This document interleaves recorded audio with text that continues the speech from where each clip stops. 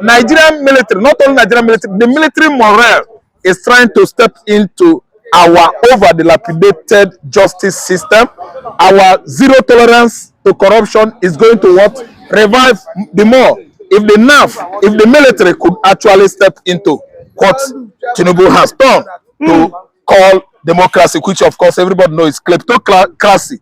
And as a reaction, we can see that Wike and the presidency have all run out of the country.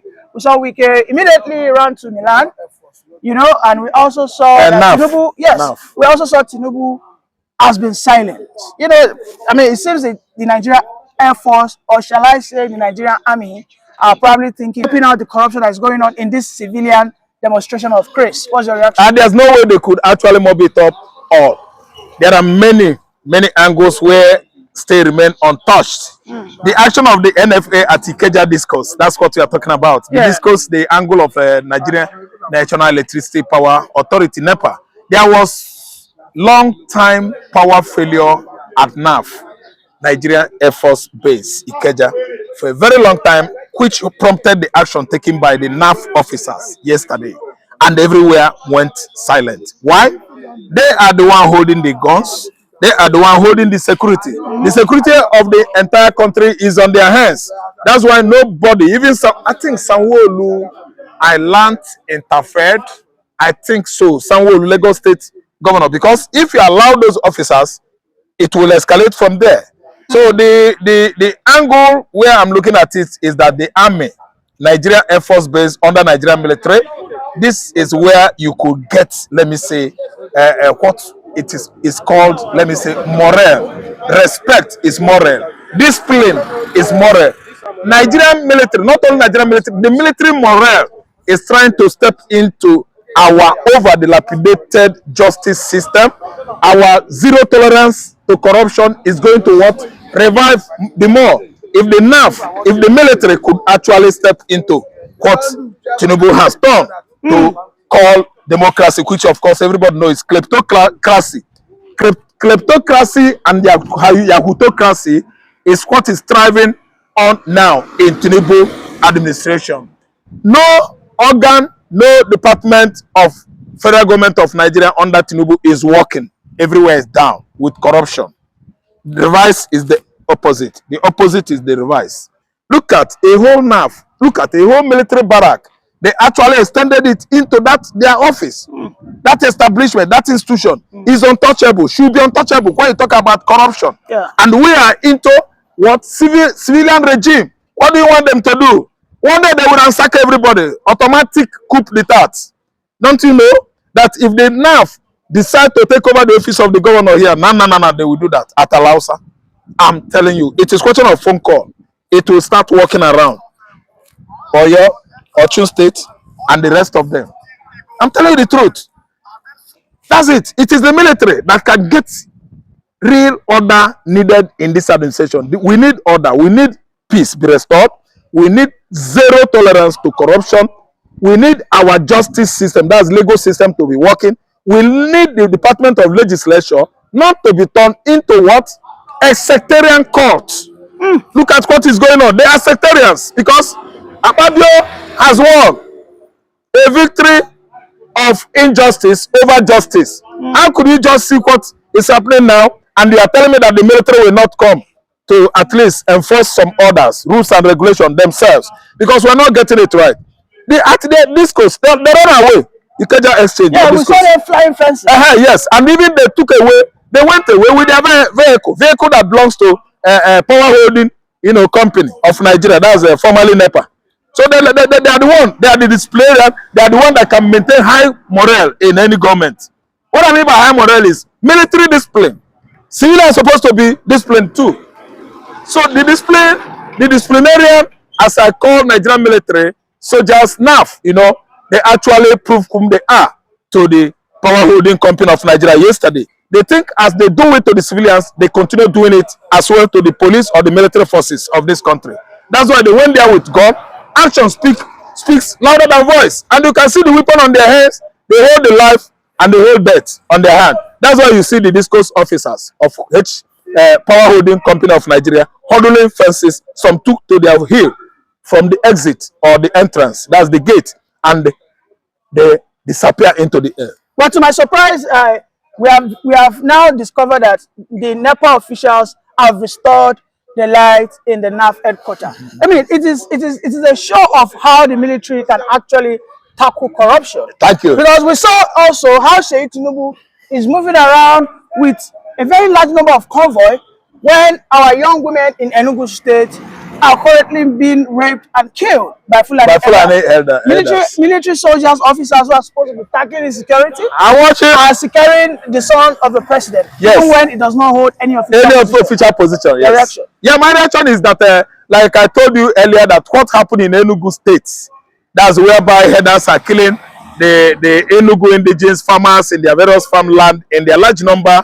It didn't end there. Many law choosing, Niger keepers were also annihilated, killed and killed by the so-called headers recently. So what happened in Enugu State has actually indicated how careless our police, yes, who are supposed to be policing, securing the members of the public, they are very, very careless. They don't care. And again, the angle from where the attack, occurred is the wrong place in Nigeria, the most hated region in Nigeria. That's the southeastern Nigeria, because the overpopulation of the Fulani, military officers, if you ask me, played important role on what is going on now between the Fulanis and the Igbos.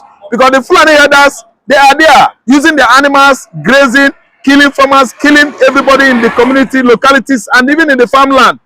Because why? The Nigerian police, 78% are Fulani. Yes. Nigerian military forces, Nigerian military. Is this a fact? Nigerian military is more than 78% Fulani. The other nationalities in Nigeria, they don't enroll into the military to become soldiers in Nigeria today. If you ask me, I tell you that it's a very dangerous venture. Why? The Fulanis are at the head. They use the newly enrolled military officers to defend themselves. They assign them to the most, terrorist-prone regions. Only soldiers from southeastern, southwestern extraction, even south-south. So most of the soldiers, the military officers, young officers from southeast, southwest, south-south, they actually expose them to what? Terrorist attack. They are the one that confront the terrorists themselves one-on-one. When they don't have, sophisticated arms, firearms, to withstand the fire, superiority of the terrorists. So that's why military officers from my region, from your region, from South-South, are dying in their large number. And each and every time that comes for enrollment into the military, you find out that Yoruba youths, Igbo youths, Ibibio youths, and so on and so forth, they don't go there for enlistment. Why? None of their families could actually allow them to go. Because if you allow them, if they roll in there, they will come back again. Question of 6, 7 months, 1 year, they would come, Nigerian military will come with a document. What?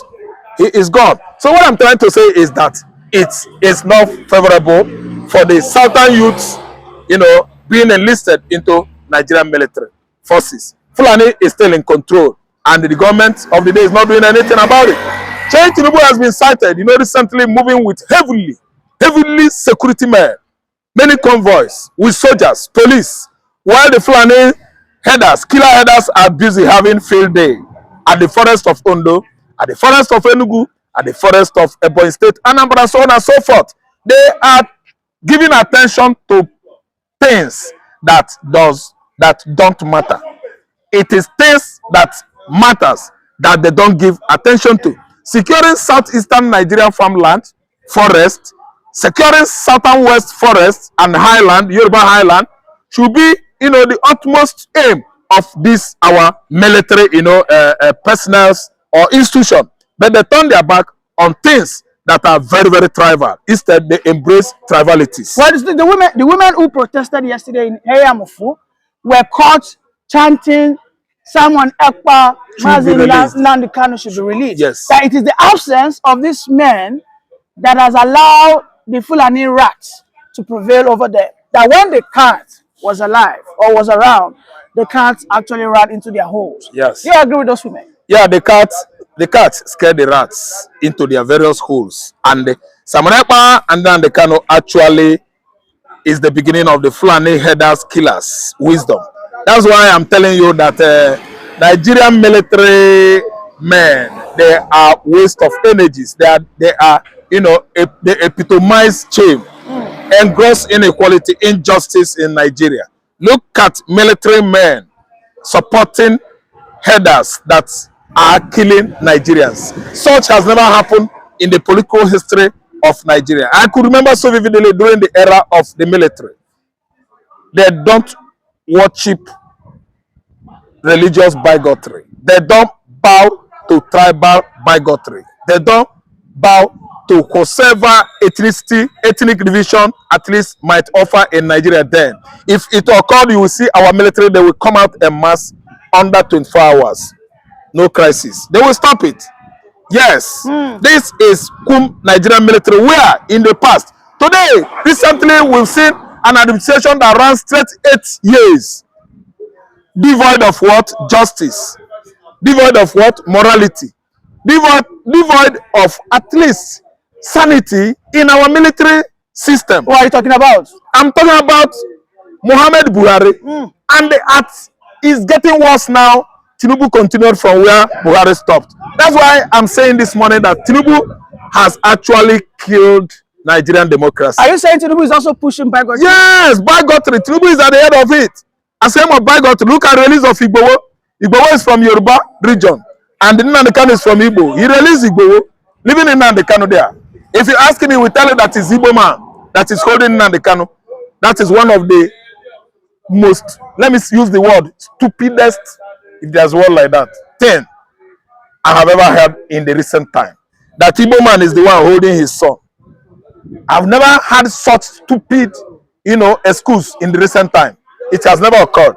So what I'm trying to say is this: Nigerian soldiers, Nigerian military, Nigerian police, National Security Advisor, Nuhu Ribadu, that institution, National Security Advisory, as an institution. The NSA. The NSA, they should what?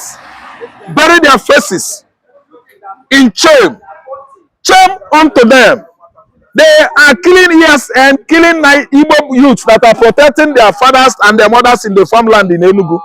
Instead of turning against terrorists, they turn against civilians in Enugu state. Shame unto you. All the formation, military formation in the southeastern Nigeria, shame unto you. Instead of protecting the civilians, protecting the farmers, shame unto you. There is hunger across Nigeria because we are busy protecting your pocket, protecting Fulani Janjaweeds from Mali, from Sahel countries, killing the original owners of the land. Shame unto you. You must bury your faces on shame. And come what may, Nnamdi Kanu will be released one day. Come what may, Samonekpa is coming out. You will see how the ESN will bounce back. And no terrorists will be encroaching on Igbo land anymore. Okay, finally, Mr. Raf, we saw what the Niger Delta Avengers, what they've said. I think they've issued an ultimatum to Tinubu that if a single hair of Fubara gets missing, that Nigeria should forget about the oil resources that is coming from their homeland. Do you think Ijaw have the capacity to actually fight the Nigeria government as a whole? I think you have a nice question here. They are everywhere in Nigeria. The Ijaws are the largest in Yoruba land.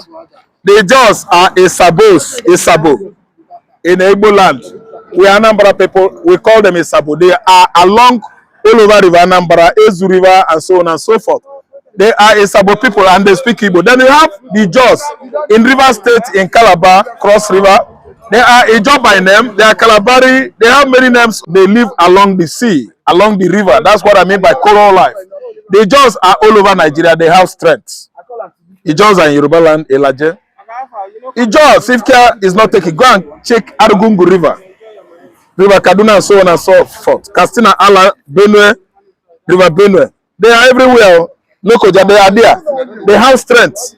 And the Ijaw you see, they will come here, they will align with Yoruba and speak Yoruba. They are Ijaw Yoruba. They are in Igbo land, they speak Igbo 100%. They are Igbo Ijaw. They have strength. And let me tell you, I can assure you that Niger Delta militants, 78% are Ijaw people. And the people that are fighting valiantly with them are 65% Igbo. They have Igbo blood, they have whatever blood again that makes them Ijo Igbo, Niger Delta. If these people form strong synergy, I think Nigerian military are not up to a match for them. From Igbo land, Ijo Niger Delta, all of them, synergize together with Ijo Calabar and Akwebom. I think Nigerian military will take off on their heels. The only thing I see there is that the man that is leading Ijo currently, Asari Dokubo, is a chameleon. Yeah, he's an unstable human being. His head is not correct. He can't do the job well. Let Nigeria have, bad luck today. Let an Ijo man that is as strong as Atake Tamos, George Chogbomo, or Togo government. I don't know what that time. Tompolo, government Tompolo.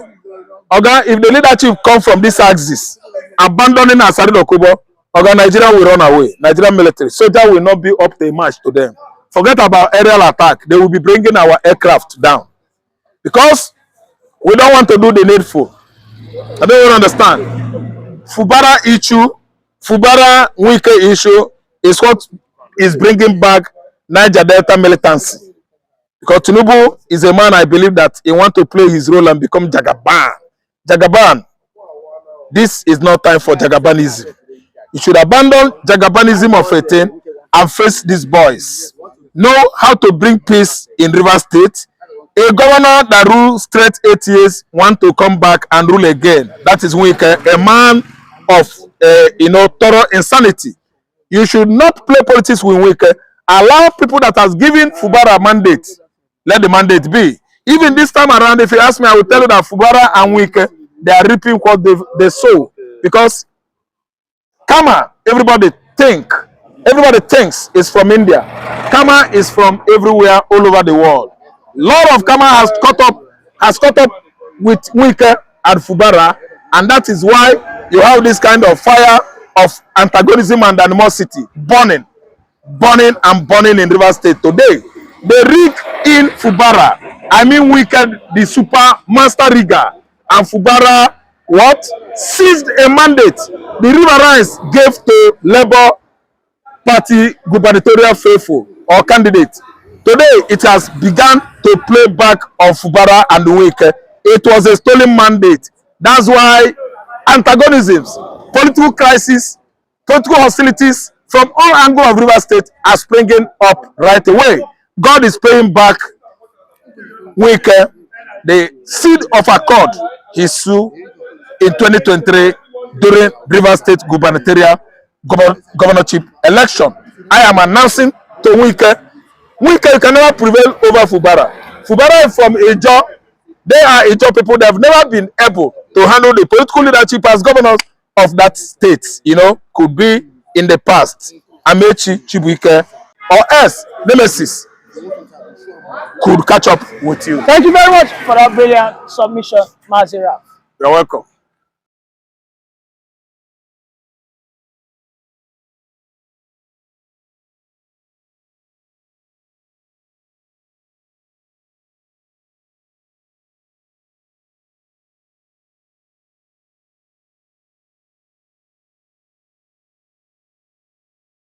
Attack this guy. Make I go.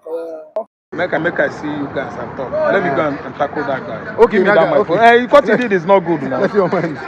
What he did is not good because wait, is he making charge for you? I know say we are at the same place with the chat same phone. Come on, this thing make you know whether. Make I know first. Let me go and meet these people where they sell food. Wait, before you go down, guy, first go confirm whether I don't